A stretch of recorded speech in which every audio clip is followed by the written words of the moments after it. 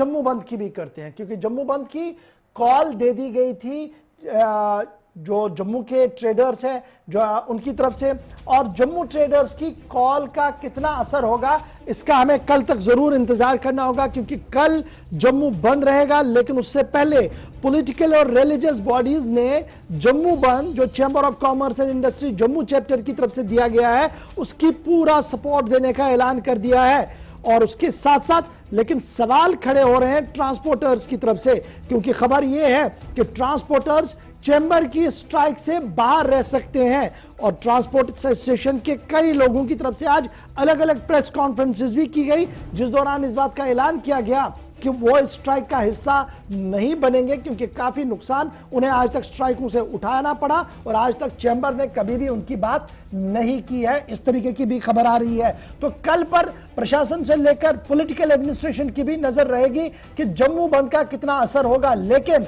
Political पार्टियां क्या कुछ कर रहे हैं एक एक करके आपको बताएंगे। सबसे पहले फॉर्मर मिनिस्टर और कांग्रेस के सीनियर लीडर रमन बल्ला क्या कुछ कल के बंद के हवाले से कह रहे हैं, क्योंकि कांग्रेस ने खुल के पहले ही जम्मू बंद की जो कॉल दी है उसका सपोर्ट किया। रमन बल्ला को सुन लीजिएगा।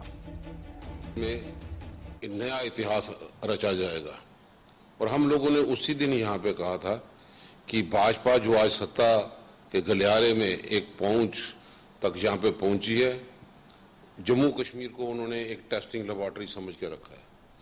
हर वो फैसले, जन विरोधी फैसले उन्होंने जम्मू कश्मीर के लिए यहाँ पे लिए और उन फैसलों में जो जो लोग प्रभावित हुए, कोई भी स्टेक होल्डर्स को कॉन्फिडेंस में कहीं नहीं लिया गया। और मैं महसूस करता हूँ कि भाजपा ने यूटी बनने के बाद अपनी पोजीशन का मिसयूज यहाँ पे किया और जम्मू कश्मीर के, क्योंकि यहाँ पे रियासती सरकार कोई नहीं, यहाँ के सिर्फ मेंबर पार्लियामेंट यहाँ पे हैं और वो भी चुप्पी साधे हुए यहाँ पे रहे और आए दिन लगातार नए कानून बनाए गए और जिन कानूनों का कहीं आम आदमी जिनके लिए बनाए गए वो प्रदर्शन करते ही दिखाई दिए। और चाहे इन लोगों ने उसकी शुरुआत 2014 के बाद हो या 2 साल पहले यूटी में रियासत का दर्जा छीनने के बाद, इन लोगों ने जब वो 2 साल पहले फैसला लिया कि रियासत का दर्जा छीन लिया हमसे, उसके बाद इन्होंने जम्मू कश्मीर को एक पैरालिटिक मोड पे आके खड़ा कर दिया। कहीं पे ये मांग नहीं थी। ये वो बातें करते हैं जिन लोगों की यहाँ पे मांग नहीं होती। यूटी की जम्मू कश्मीर में किसी ने भी मांग नहीं उठाई, इन्होंने यूटी दे दी। रियासत का दर्जा छीनने का कहीं पे भी किसी ने कोई जिक्र नहीं किया, संसद में उसको एक्सप्लॉइट करते हुए वो रियासत का दर्जा छीना गया। नोटबंदी हो कि हम आतंकवाद की कमर तोड़ देंगे, उसका भी असर यहाँ पे नहीं देखा। लोगों की जानें कतारों में लगते हुए यहाँ पे चले गई। कोरोना की बीमारी से जूझते हुए ये लोग आज आशिये पे जाके खड़ा हो गए। यहाँ पे हमारा टूरिज्म सेक्टर बिल्कुल फेल होकर रह गया कि यात्रा ये लोग नहीं चला सके और इससे जो प्रभावित लोग थे, ट्रांसपोर्ट सेक्टर वो ज्यादा प्रभावित हो गया। कहीं पे मूवमेंट नहीं, लेकिन उनकी कहीं पे बैंकों की किस्तें हो, इंश्योरेंस की हो, कहीं पे राहत यहाँ पे नहीं। उन लोगों की गाड़ियां भी यहाँ पे खड़ी हो गई। 10-10 साल का टैक्स यहाँ। कांग्रेस के सीनियर लीडर रमन बल्ला को आप सुन रहे थे, लेकिन ट्रांसपोर्टर्स क्या कुछ कह रहे हैं, आखिर क्यों वो जम्मू चैम्बर के इस हड़ताल के बाहर रहना चाहते हैं। हमारी साथी ने उनसे भी बात की, जरा सुन लीजिएगा कि चैम्बर ने आज चैम्बर के खिलाफ दी गई कॉल के मुकाबले में जो प्रेस कॉन्फ्रेंस की गई, जिस तरीके से मीडिया को ब्रीफ किया गया, उसमें क्या कुछ छलक कर सामने आया।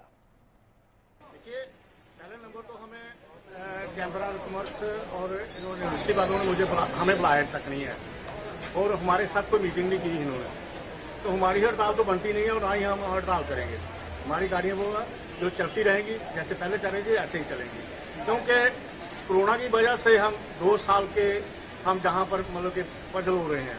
हमारी गाड़ियाँ जो है बिल्कुल खड़ी होने के कगार पर पहुंच गई है। हमारा टैक्स जो है, हमारे जो मतलब कि बैंक का जो लोन जो लिया है वो हमारा इतना बढ़ गया है कि हम गाड़ियां खड़ी करने तक पहुंच गए हैं। ड्यूटी हमारा बना था जहां पर, तो ड्यूटी जहां पर भी ड्यूटी होता है वहां पर मतलब टैक्स नहीं लगता, पैसेंजर टैक्स नहीं लगता, टोकन टैक्स नहीं लगता।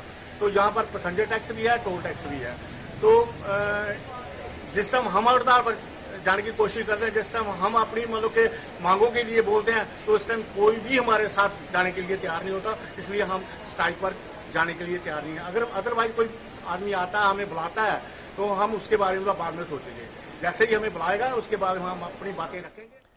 चलिए, बुलाया नहीं, किसी ने पूछा नहीं, इसलिए आज चैम्बर की कॉल की हिमायत नहीं करेंगे जब तक बात को समझा नहीं जाएगा। फिलहाल आपको जरा आगे भी लिए चलते हैं। जम्मू का डोगरा किस तरीके से इस पूरे मामले को देख रहा है, क्योंकि डोगरा सदर सभा भी आज मैदान में आई है और डोगरा सदर सभा ने भी खुलकर वही बातें बताई जो चैम्बर ऑफ कॉमर्स के लीडर्स ने प्रेस कॉन्फ्रेंस के अंदर मामला उठाया और कहा कि लगातार सरकार के वादे तो बड़े अच्छे थे, लेकिन जब उन्हें धरातल पर उतारा गया, पटरी पर उतारा गया, तो पता लगा कि गाड़ी पंचर है। कैसे कहा गया, सुनिएगा।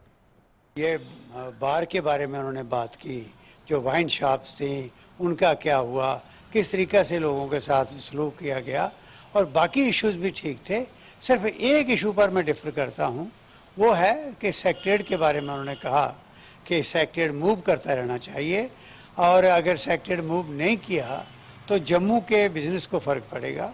वो मैं क्लियर कर देना चाहता हूँ कि हमने सोचना एज ए होल जम्मू का है। जम्मू के जितने देहात हैं मुझे बताओ, उन लोगों के गरीबों के काम जब सेक्रेटरीट में होते हैं तो कश्मीर में कहाँ उनके रहने की जगह है, कहाँ पर बैठेंगे जाकर वो। इसलिए सेक्रेटरीट का दोनों जगह पूरा साल फंक्शन करना बहुत ज़रूरी है। और ये गवर्नेंस जो है दोनों खित्तों को जब मुश्किल वक्त होता है, गर्मियों में सबसे ज़्यादा मुश्किल वक्त जम्मू में होता है, और ये हमारे हुक्मरान जो हैं, चाहे वो ब्यूरोक्रेट्स हैं चाहे वो पॉलिटिशियंस हैं, वो कश्मीर की ठंडी हवाओं में होते हैं। और जब कश्मीर के अंदर पूरा कश्मीर बर्फ़ में डूबा होता है, लोगों को ज़रूरत होती है गवर्नमेंट की, तो उस वक्त पूरी गवर्नमेंट जम्मू के मौसम का फ़ायदा उठा रही होती है। ये मैं उनसे बात करूँगा, क्योंकि इससे जम्मू के बिजनेस को मेरी समझ में ये नहीं आता क्यों कहा जा रहा है। कोई फ़र्क नहीं पड़ेगा, इसलिए नहीं पड़ेगा क्योंकि अगर 10,000 मुलाजम जो है उसमें से कश्मीर में लोग चले जाते हैं, कोई तो जम्मू में पर 12 महीने भी तो रहेंगे। इसलिए ऐसी बात है। और कश्मीर के तो आधे कश्मीर के घर जम्मू में बने हुए हैं, वो तो उनके परिवार भी यहाँ रहते हैं, उनके बच्चे यहाँ पढ़ते हैं, क्योंकि वहाँ सेफ नहीं है, वहाँ हालात ठीक नहीं है। इसलिए बाकी सब चीजें जो उठाई हैं मैं उनके साथ हूं। डोगरा सदर सभा हर एक चीज की हिमायत करते हैं, लेकिन सेक्रेटरीट दोनों तरफ चले, इस पर उनका अपना एक मौकफ है और कहा कि ये मामला उन्हें तर्क करना पड़ेगा। लेकिन